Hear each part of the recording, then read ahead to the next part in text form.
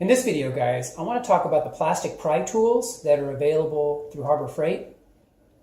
I don't know about you guys, but I'm always having to get into like doors to replace motor regulators or motors and regulators. I'm replacing speakers that have been blown out, replacing window switches that stop working, stereo head units. I mean, there's just all kinds of situations where I've got to be able to get into different panels and things. And these tools are really helpful for that. Now, just as a basis of comparison, a couple of years ago, but a year and a half ago, I bought these really cheap ones from China.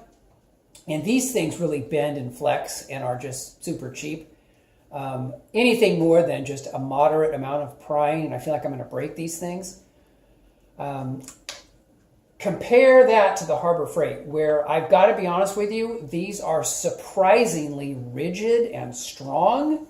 I mean, you wouldn't think that something that's plastic like this would be that strong, but it's almost like a fibery plastic that really, really is strong. It doesn't bend and flex as much as you'd think.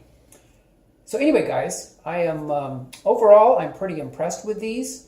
I would definitely put this as a buy. The only kind of warning I want to talk about is that the edges are kind of sharp. In other words, they're kind of rough and sharp in places. And what I would do if I bought these is I would get some like 220 grit sandpaper, and I would just gently sand down kind of all these edges, so there's no sharp edges that can kind of get you.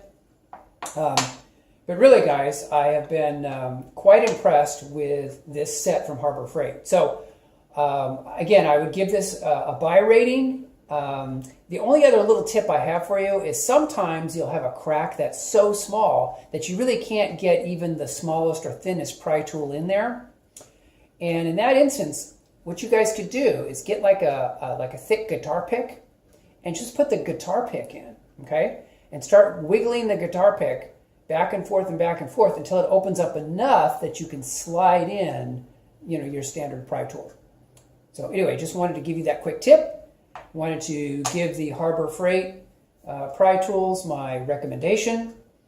And, I'm still going to keep these cheapy ones. I mean, these are like $2 from China. I'm going to keep them just in case they can slip into a place where the Harbor Freights won't. But again, these are, I would consider these far superior. And really, with a coupon, they're like $6. So it's still a great deal. Anyway, guys, that's it for this video. Hope you guys are doing well. And I will talk to you guys in the next video. Take care.